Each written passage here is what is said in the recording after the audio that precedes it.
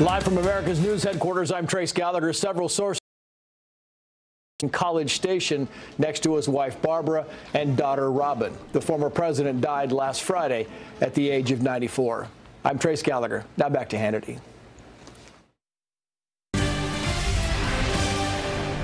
All right, as I have explained again and again, when it comes to trashing President Trump, well, nothing is off limits. And if you thought what we showed you last night was bad, it's getting even worse. And that is the subject of tonight's mini monologue. All right, tonight the media is sinking to new depths, if that's even possible. Clearly it is, as they continue to use the funeral, the life, the legacy of former President George H.W. Bush to attack President Trump. Now, after yesterday's powerful memorial service in Washington, D.C. for the late 41st president, well, your mainstream media still cannot stop using these events to demonize their current enemy, which is President Trump. And it's getting even more ridiculous. They're now going after President Trump over how he prays. I'm not making this up to them. Even standing silently during the Apostles' Creed at a funeral is cause for an attack against him. But it shows how the media is getting more and more unhinged, more hateful, and more divorced from any sense of reality or what their real job's supposed to be. And they wonder why nobody trusts them. And of course, the destroyed Trump media didn't stop there. Rather than focusing on the life, the accomplishments, the sacrifice, the service of the 41st president, well, the coverage looked like this. Take a look. It was a full state funeral. It was quite a moving sight to see the presidents and the first ladies in the front row waiting to honor President Bush, chatting comfortably with one another until Trump showed up. Then it became silent staring time. Donald Trump is the only person in the world who can bring down a funeral. Hillary is just staring straight ahead like she's on an elevator with a weirdo. And it was like, it really was something. It's like all of America's divorced parents together in the same room for the first time. It was extraordinary to see President Trump sitting with the former presidents, paying tribute to a leader whose humility and decency is so different from today's politics. I don't think you want to give out too many medals for not screwing up a presidential funeral. The president was on best behavior this week, but that's a fairly low bar.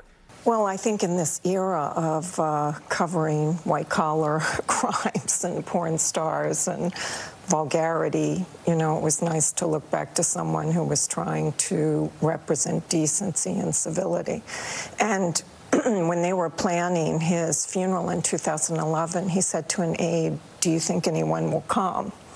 And that modesty is in such contrast to Trump's endless odyssey of narcissistic self-discovery. Now, if that's not egregious enough, so-called journalists over at ABC News even joked about a future funeral for President Trump. You can't make this up. Take a listen.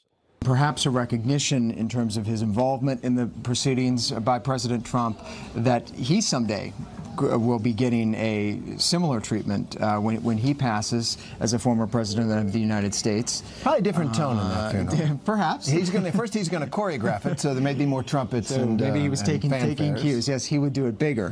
One would imagine. It'd be the best presidential funeral ever. No one will ever have seen anything like that. And as disturbing as that was, well, no one embarrassed themselves more than fake news CNN. Our friend Don Lemon said something so outrageous that even his colleague had to call him out. Take a look.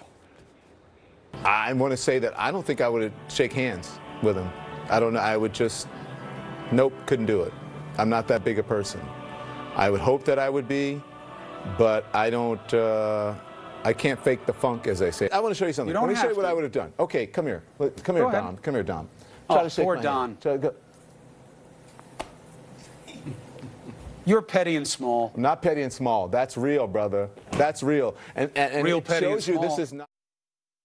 But it's like I keep telling you, this is all part of a pattern. Demonize, denigrate, delegitimize every second, every minute of every hour of every day President Trump at all costs, even if it means using the passing of an American icon who, by the way, they were pretty mean to when he was alive, President H.W. Bush, to try and score cheap political points and further divide the country. Here with the reaction.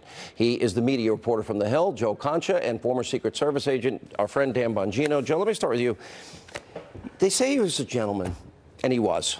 But they didn't say nice things about him when he was alive. Being a gentleman back then, he was a wimp.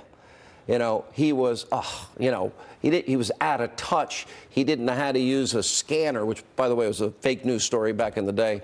And so Reagan, Bush 41, McCain, even, Bush 43 while he was alive, they trashed these men, utterly destroy them.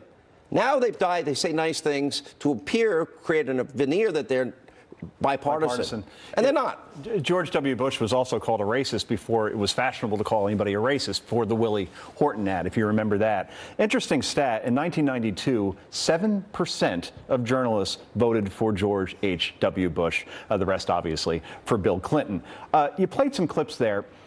And Kimmel and Colbert were joking, and they're late-night hosts, so I kind of give them a pass on that. I still think it's classless, given that this was a state funeral held the same day. But ABC News, their senior analyst, a guy like Terry Moran, is making jokes while you're watching the procession of the casket of George H.W. Bush being taken out of a plane. And he's making jokes about President Trump's future funeral. Do these guys have any self-awareness? The answer is none whatsoever. So, Sean, this is why the media is not only mistrusted, but held in contempt by at least half the country. It's not even about mistrust anymore. It's like, I don't like these people. They don't have any class, and they're cheesy. That Don Lemon skit, I'm going to show you how I'm going to blow off Donald Trump by not shaking his hands. What is that? He's called an anchor on that network. He's not even an opinion guy. You know, Dan, I always said in the Obama years, especially on radio more than television, that it wouldn't be good for me to get an interview with then President Obama, because I respect the office. And I think he's a good father, probably a good guy. He's just a rigid, radical ideologue that governed horribly.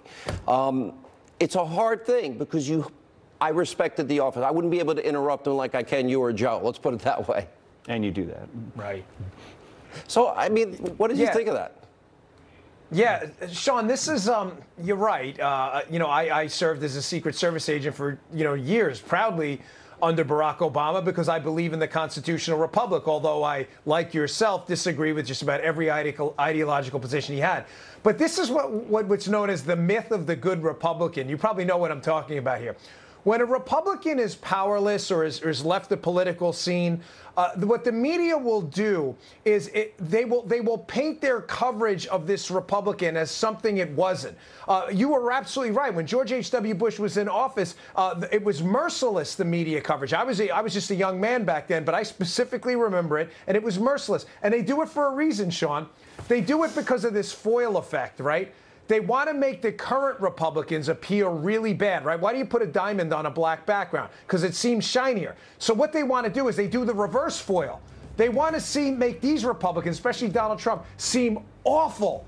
So they go back and rewrite history about how they covered past Republicans. It's total nonsense. Everybody sees right through it. All right, I got to roll. Thank you both. Thank you. All right, you're not going to believe it. What we tell you next, liberal lunacy around Christmas at an all-time low.